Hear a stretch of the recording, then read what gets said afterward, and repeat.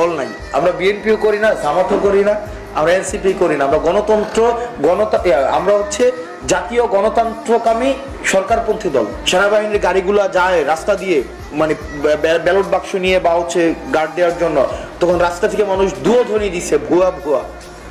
একটা জেনারেল কি পদত্যাগ করছে, বলছে যে না আমরা একটা এই প্রেসক্রিপটিভ প্রিডিটারমাইন্ড একটা ইলেকশনের আমরা সাক্ষ্য হব না। একজন বলছে, বলে নাই কিন্তু।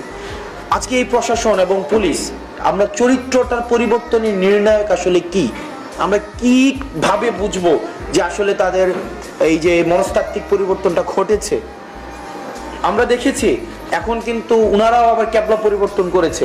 আমি একজন প্রশাসক বলছে যে আমাকে বললো যে হাসান দেখো, আমাদের আসলে কোনো দল নাই, আমরা বিএনপিও করি না, জামাতও করি না, আমরা এনসিপি করি না, আমরা আমরা হচ্ছে জাতীয় গণতন্ত্রকামী সরকারপন্থী দল।